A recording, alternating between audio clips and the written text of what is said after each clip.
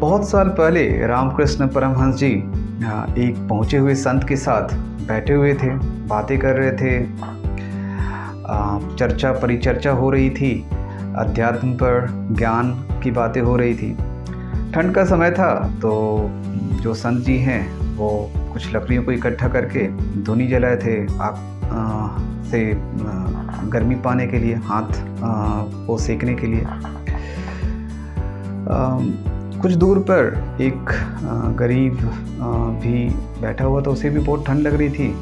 देखकर कि संत लोग आग ताप रहे हैं तो वो भी कुछ लकड़ी इकट्ठा कर लिया। लकड़ी तो इकट्ठा कर लिया, बट उसके बाद में उसको आग लेना था।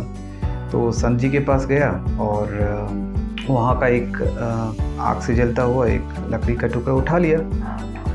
अब इतने में तो संत जी बहुत गुस्सा हो गए, उसको भला बुरा बोलने लगे। बोले, तुझे हिम्मत कैसे हुई कि तूने मेरे जलाए हुए आग लकड़ी को छू लिया? तू पापी है, तू ना पूजा पाठ करता है, ना भगवान का जप करता है, तू मांस खाता है, तूने इसे छू कैसे लिया? और उसे मारने भी लगे, बहुत भला बुरा बोला। अब यह देख करके रामकृष्ण परमहंस जी तो मुस्कुरा रहे थे। अब संत जो पहुँचे हुए संत थे रामकृष्ण परमहंस जी को देख करके, मुस्कुराता देख करके और उनको गुस्सा आ गया।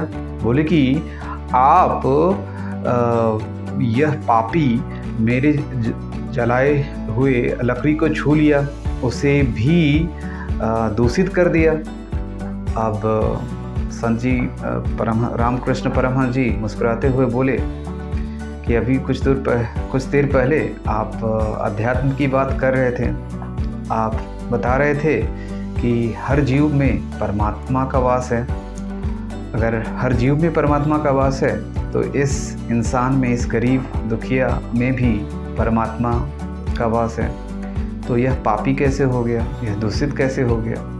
अब यह बोल करके वह मुस्कुराने लगे। फिर संत ने सोचा और फिर उसे अपनी गलती को समझा। और तो मित्रों और दोस्तों, बच्चों, कहानी का यही सीख है कि हर इंसान के अंदर में परमात्मा का वास है। पर हम बहुत कुछ जानते हैं, समझते हैं, पर फिर भी कुछ सिचुएशंस में, कुछ परिस्थितियां में अपनी जो सोच है उसको हावी कर देते हैं। लोगों से घृणा करना, ये घमंड, अहंकार का वास होता है, के कारण होता है। तो इस अहंकार के कारण हम दूसरों को छोटा और अपनों को बड़ा समझ लेते हैं किसी चीज़ पर।